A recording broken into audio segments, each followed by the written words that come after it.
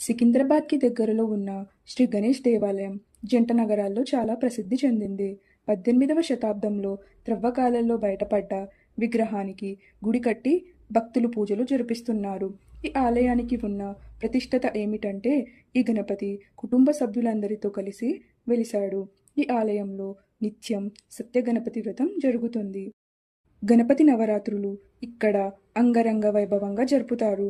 ఈ గుడిలో వెలిసిన గణపతి కరుణా కటాక్షాలతో నమ్మిన వారి కోరికలు తీరుస్తాడు.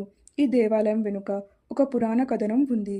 1824 సంవత్సరంలో బ్రిటిష్ మిలిటరీ రెజిమెంట్ వారు ఒక పాత దిగుడు బావిని బాగు చేయించే సమయంలో స్వామివారి విగ్రహం బావిలో లభ్యమైందని పూర్వీకులు చెబుతుంటారు.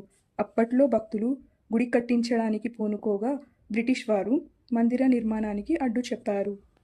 ఆ మరునాడే అడ్డు చెప్పిన వ్యక్తి స్వప్నంలో స్వామి కనిపించి మందిరం నిర్మించమని చెప్పారు. ఆ స్వామివారి ఆదేశం మేరకు భక్తులు ఆలయాన్ని నిర్మించి నిత్య పూజలకు ఏర్పాటు చేశారు. ఈ విధంగా గుడి నిర్మాణం జరిగింది. విశాలమైన ముఖమండపం కలిగిన ఆలయం ఇది. ఆలయాలు అన్నీ వేరువేరు గర్భాలయాలతో మనకు దర్శనం ఇస్తాయి. ప్రధాన ఆలయంలో చతుర్భుజుడైన గణపతి కుడి చేతిలో అంకుశం, ఎడమ చేతిలో డమరుపాశం కలిగి, క్రింది చెయ్యి కత్తి మోకాళ్లపై బోర్లించుకొని, ఎడమ చేతిలో బీజాపుర ఫలం కలిగి ఉన్నాడు.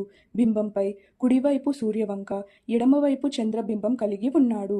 నుదిటిపై కిరీటం, దివ్యాభరితమైన ఆభరణాలతో మనకు దర్శనం ఇస్తారు. సర్వే జనా సుఖినో భవంతు.